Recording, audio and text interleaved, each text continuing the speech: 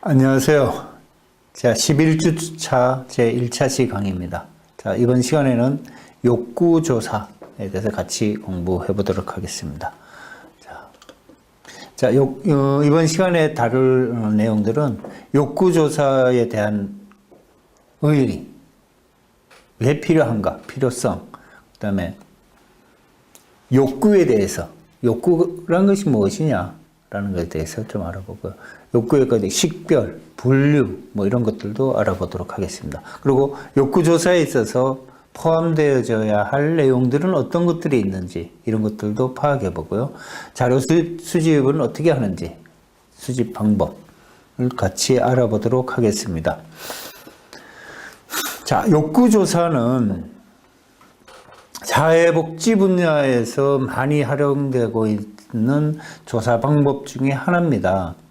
특정 어떤 지역사회에 또는 아니면 특정 집단의 사회 문제를 해소하기 위해서 어떤 서비스를 개발한다거나 아니면은 기존에 가지고 있는 서비스를 보완한다거나 하는 작업들을 하기 앞서서 왜 그것을 해야 되는지, 무엇을 해야 되는지 이런 것들을 파악하기 위한 집단에 대한 대상 집단의 욕구를 정확하게 파악하기 위해서 실시하는 조사를 우리는 욕구조사다 이렇게 얘기를 하죠. 우리 대부분 많은 분들이 한 번쯤은 이런 그 설문지 욕구조사를 한번 해보셨을 거예요. 받아서 이렇게 체크를 해봤을 텐데 그 내용들은 대부분이 무엇을 원하는지, 무엇을 어떻게 해주기를 바라는지 이런 것들을 표현해내는 것이죠. 자, 그럼 왜 욕구조사가 필요한가라는 것입니다. 어떤 이제 단체, 집단들은 그 사회 성원들이 가지고 있는 어떤 문제나 또 아니면 욕구나 이런 것들을 해소하려는 어떤 사회적인 요구가 있기 때문에 그 단체가 설립이 됐을 것입니다. 그래서 그 문제들을 해결하기 위해서 아니면은 그 욕구를 가지고 있는 것들을 충족해내기 위해서 알맞은 서비스를 이제 제공해 주어야 하는데, 그러기 위해서 사업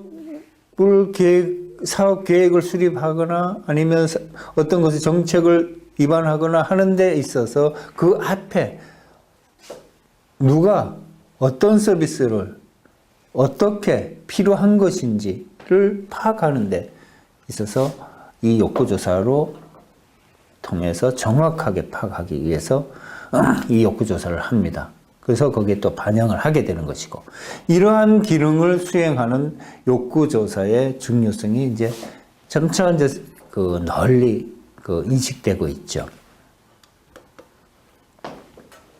자, 이제 게이츠가 주장하는 그 욕구조사의 목적을 좀 알아보면은, 욕구조사는 주민들이 필요로 하는 각종 서비스 또는 프로그램 이런 것들을 식별해서 우선순위를 정하는 데 도움을 주기 때문에 욕구조사를 한다라고 얘기했고요.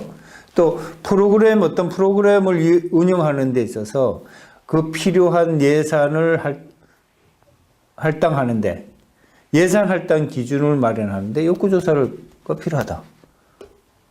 그 예산은 이제 하는데 이게 얼마나 많이, 얼마만큼 중요하게 필요한 것인가를 알아야 그 우선순위에 중요하다, 안 하다는 것을 알게 되고, 그 중요한 요소에 따라서 예산도 우선순위에 맞춰서 이제 배정을 하게 된다는 것이죠. 이제 현재 지금 수행하고 있는 그런 사업이라고 한다면은 그 운영 상태를 평가하는 데서도 욕구조사를 한다는 것입니다. 어떤 프로그램을 수행하는 지역사회 내에 있어서 기관들을 이제 상호 간에, 기관과 이 기관과 A 기관과 B 기관과 이런 기관들 간의 상호 의존, 그리고 협동 상황, 어떻게 돕고 있는지, 어떤 게 네트워킹이 되고 있는지 이런 것들을 파악하는 데 있어서도 이 욕구 조사를 한다라고 이제 게이트가 주장을 했죠.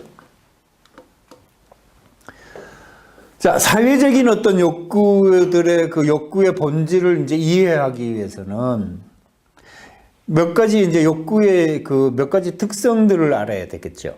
그 특성들을 좀 보면은 그 욕구가 가지고 있는 욕구에 대한 인지는 뭐예요? 바로 그 가치를 포함한다는 것입니다. 이제 일련의 어떤 상황들 속에서 특별한 집단, 어떤 특성 집단의 사람들은 어떻게 한다? 비슷한 욕구를 가지게 된다. 하는 것입니다. 뭐 장애를 가지신 분들이 집단이 있다. 그 집단 장애를 가진 분들의 욕구는 거의 비슷하다는 것이죠.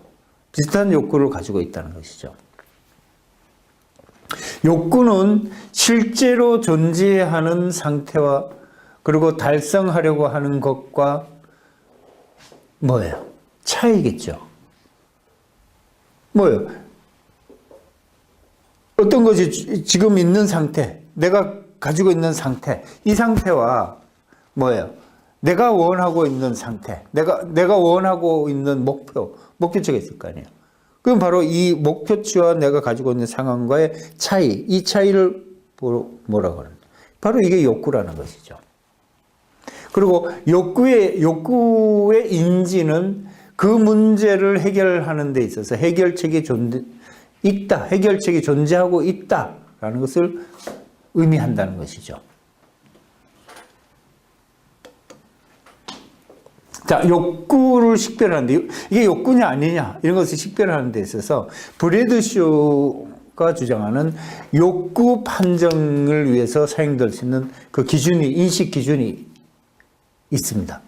그 이제 브래드쇼는 이렇게 주장을 했죠. 자, 규범이라는 것이 있고 체감이라는 것이 있고 비교가 있다. 있는데 그 중에 교감은 그 기준에 의해서 파악된 욕구들을 규범적인 욕구들이라 한다. 어느 기준에 의해서 파악된 욕구, 조사를 해서 알게 된 욕구, 이런 것들을 규범적인 욕구다라고 표현을 하고요. 그 다음에 체감, 어떤 그 기준에 의해서 파악된 욕구를 체감적인 욕구다라고 한다는 거죠. 맨 같은 얘기죠.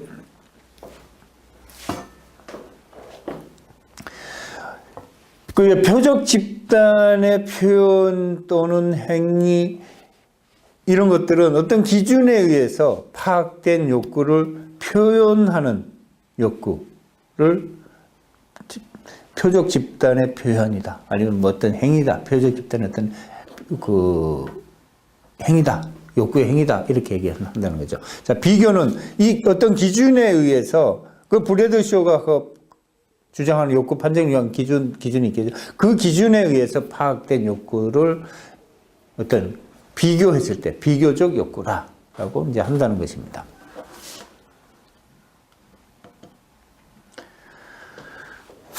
자, 욕구를 또 분류하는 것 중에 우리가 유명한 심리학자가 있죠. 메슬로우라는 심리학자가 있는데 이 메슬로우의 심리학에 있어서 욕구가 있습니다. 그 욕구에 5단계 욕구가 있는데 그 5단계 이제 피라미드로 이렇게 이제 표현을 많이 합니다.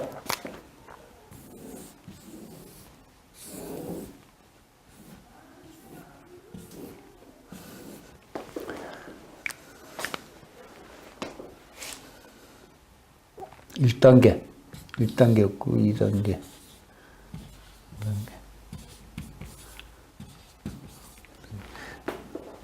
가장 낮은 여기 생리적인 욕구와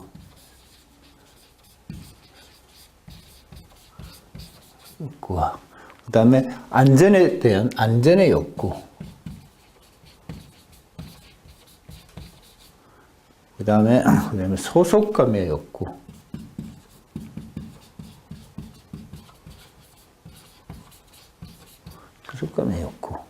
그 다음에 자아 존중의 욕구,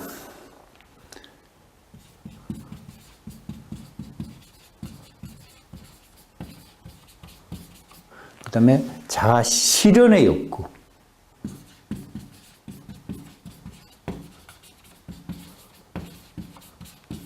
이런 단계별 욕구가 있는데, 이것들은 이제 생리적인 욕구는 무엇이냐, 그 다음에 안전의 욕구는 무엇이냐, 소속감의 욕구는 무엇이냐, 자아 존중의 욕구는 무엇이냐, 실현의 욕구는 무엇이냐, 이런 것들은 이제 이어서 이제 얘기를 이제, 하겠지만, 이제 생리적인 거 우리 있잖아요. 그 뭐 배고프고, 뭐 춥고, 갈증나고, 뭐 덥고, 이런 것들로부터 보호하는 욕구, 보호를 받고 싶은 욕구.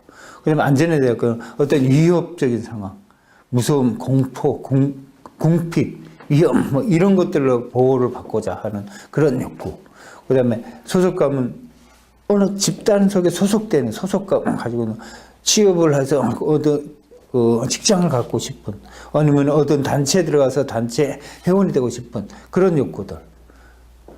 그다음에 자아 존중, 스스로에 대한 어떤 자신감. 스스로 내가 존중받고 싶은 거, 그 다음에 사회적으로부터 내가 인정받고 싶은 거, 이런 욕구, 그 다음에 자아 실현을 내가 잠재적인 어떤 내가 실현해내는 거, 잠재력을 내가 가지고 있는 어떤 능력을 실현해내고 싶은 그런 욕구, 내 자아 개발, 어떤 내가 창조적인 어떤 행위를 발견하고 발명하고 어떤 것을 하는 해는 그런 거에 대한 욕구, 이런 것들을 를 5단계로 나눈 심리학에서 굉장히 중요하게 공부하고 있는 겁니다. 구체적으로 그걸 좀 자세히 좀 알아보면은, 자, 생리적인 욕구는 모든 그 욕구 중에서 가장 강력한 욕구가 어떤 유기체의 생존과 그 유지에 관련된 생리적인 욕구겠죠. 아, 살아야 한다. 뭐 배고프면 먹어야 하고, 잠이 오면 자야 되고, 추우면 뭐 껴입어야 되고, 더우면 벗고, 이런 그 기본적인 생리적인 욕구, 가장 강력한 욕구겠죠. 이제 인간의 생존을 위한 필요한 음식이라든가 물이라든가 공기라든가 뭐 잠을 잔다든가 성적인 어떤 문제라든가 이런 생리적인 욕구가 다른 욕구에 비해서 가장 기본적이면서도 가장 강력한 욕구다라는 것이죠. 이런 욕구가 충족되지 못한다면은 다른 욕구들은 차단되는, 이런 기본적인 생리적인 욕구가 일어난 이후에 그 다음에 뭐 소속감의 안전, 뭐 자아 존중, 자아 실현, 이런 욕구들이 점진적으로 일어날 수 있다는 것이죠. 그래서 생존 그 자체가 매일매일의 관심사인 사람들에게 있어서는 생리적 욕구가 뭐 다른 욕구보다 가장 중요하겠죠.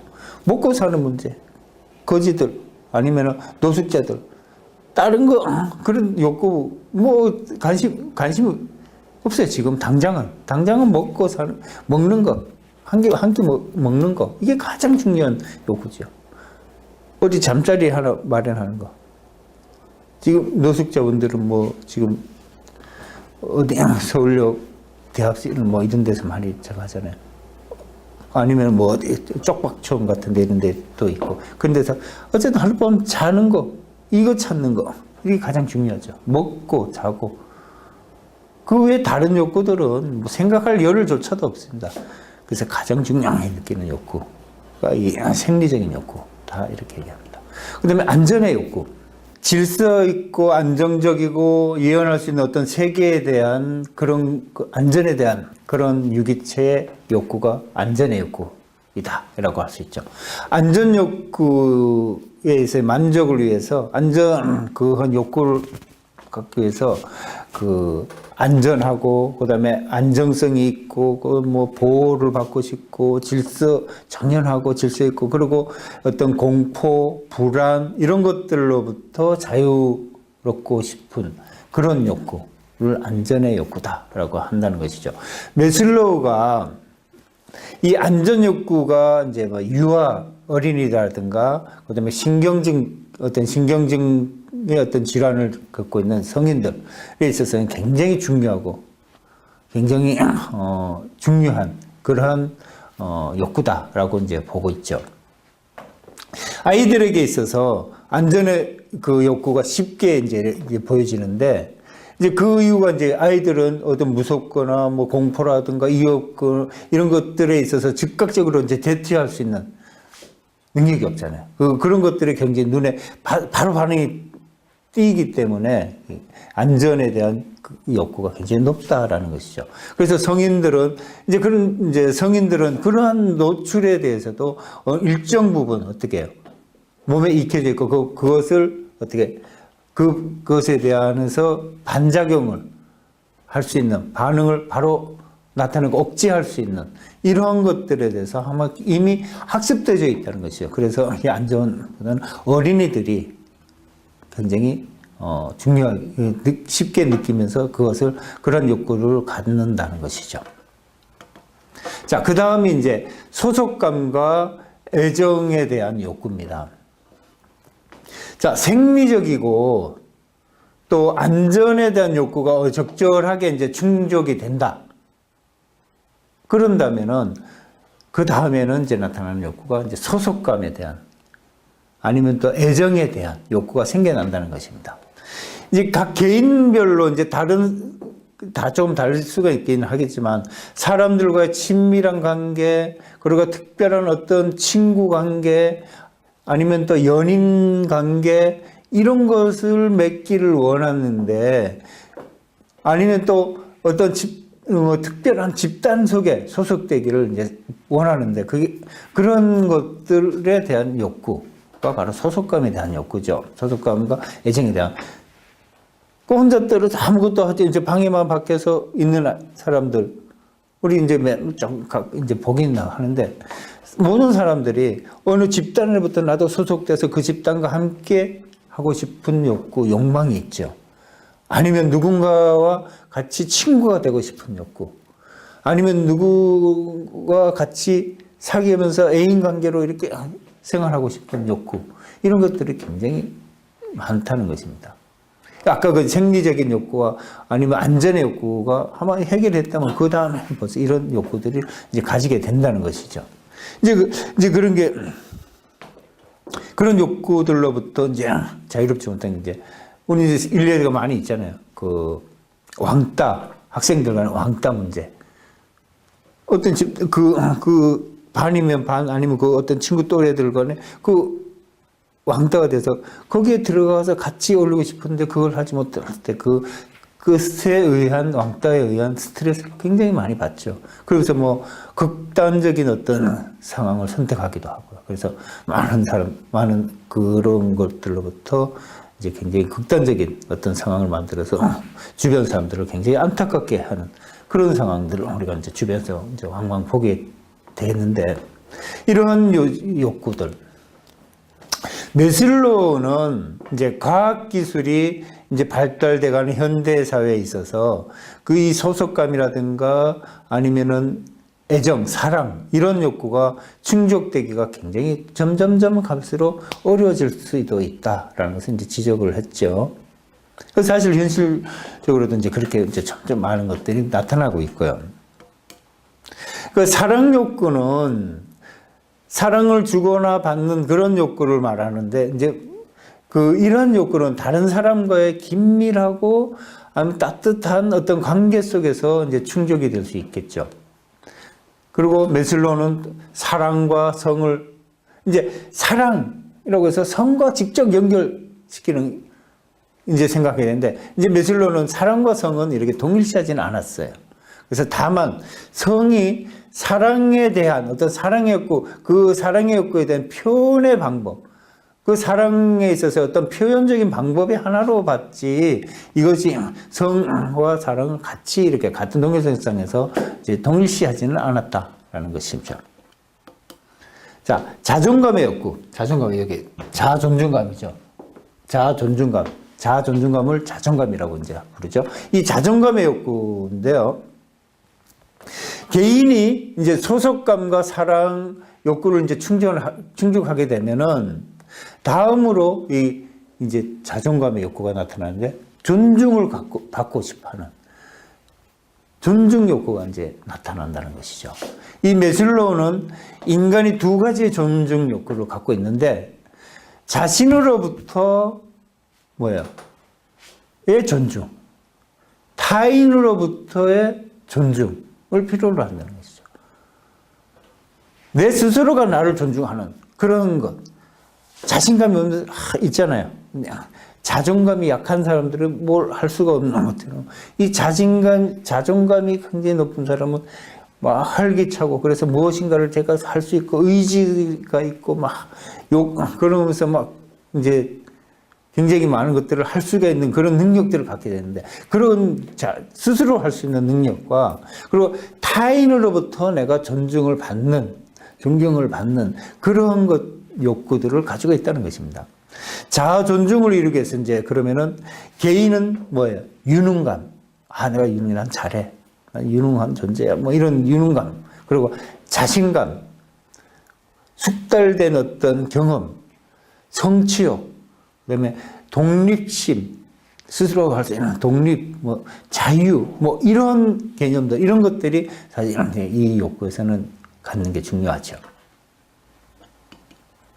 그 다음에 자아 실현의 욕구. 이제 마지막, 최상위 발달 단계에서의 욕구인데, 마지막 단계이기도 하고, 가장 높은 단계, 최고의 단계로서의 그 자아 실현은 자신의 모든 잠재력, 그 다음에 자신이 갖고 있는 능력, 이런 것들을 인식하고 그것을 충족해내는 그런 것들을 자아 실현의 욕구다. 스스로 성취해내는, 성취력, 성취감, 이런 것들이겠죠. 자, 자아를 실현하기 위해서는 뭐예요? 전제 조건이 있어야 돼. 굉장히 많은 전제 조건이 필요하겠죠. 이제 그러면 어떤 전제 조건이 필요할까? 사회, 그가 속해 있는 집단, 아니면 그가 있는 사회로부터 자기 자신이 자유로워야 되겠죠. 그 집단 속에서 자기 자신과의 자유로워야 이 자아 실현을 할 수가 있겠죠. 둘째는 안전 위기에서 하위에 있는 이제 그 생리적인 욕구라든가 안전의 욕구, 이런 거에 막 이렇게 집착해서는 이 실현의 욕구가 일어나지 않는다는 거죠. 쉽지가 않다는 것이죠. 이것은 넘어서야 된다는 겁니다. 그리고 셋째는 가족과 타인들과 어떻게 친밀한 관계, 친밀감을 느껴야 되고요. 남과 이렇게 교감할 수 있는, 사랑을 나눌 수 있는, 주고받을 수 있는 그런 것들이 존재되어야지만 자아 실현을 할 수가 있다, 이런 것입니다. 남과 벽을 쌓고 담을 쌓고 있는데 자아 실현이 어떻게 일어나요? 안 되죠. 그리고 마지막으로 무엇보다도 자신의 강점, 자신이 가지고 있는 강점과 내가 가지고 있는 약점, 그리고 선과 악, 이런 것들은 개념적인 정의, 그런 현실적인 어떤 지식들을 갖추고 있어야 자아 실현의 욕구까지 이룰 수가 있다라는 것입니다. 자, 성규탁 교수는 인간의 욕구를 이제 성향이 비슷한 6개 이제 범주로 이렇게 나누어서 이제 구분을 이제 했어요. 이게 이제 책을 나온 거죠. 책에 보면은 적절한 어떤 소득과 경제적 기회라는 것으로 하나의 범주로 나눠볼까요? 그 다음에 기본적인 어떤 그 욕구, 물질적인 욕구가 있겠죠. 그 물질적인 욕구를 충족하는데 필요로 하는 조건들이 있겠죠. 그 조건들의 하나의 그 범주로 또 나눠볼까요? 그 다음에 적절한 어떤 보건 상태, 보건, 건강, 이런 상태, 이런 것들을 나눠볼까요? 그럼 또 적절한 어떤 지식과 기능, 능력, 이런 것들을 하나의 또 범주로 나눴고요. 그 다음에 그 적절한 어떤 사회적이고, 그 다음에 개인적인 어떤 적응할 수 있는 능력, 그런 것들을 적응하고 개발하는 것, 그것들을 하나의 또 범주로 또 나눴고요. 적절한 사회 조직체, 어떤 집단을 통한 활동을 하나의 범주로 나눠서 이렇게 욕구의 어떤 기본적인 것들을 이제 이렇게 범주로 나눴다라는 것입니다. 자, 여기까지가 이제 1강입니다. 이어서 제 2강에서 다시 또 뵙겠습니다.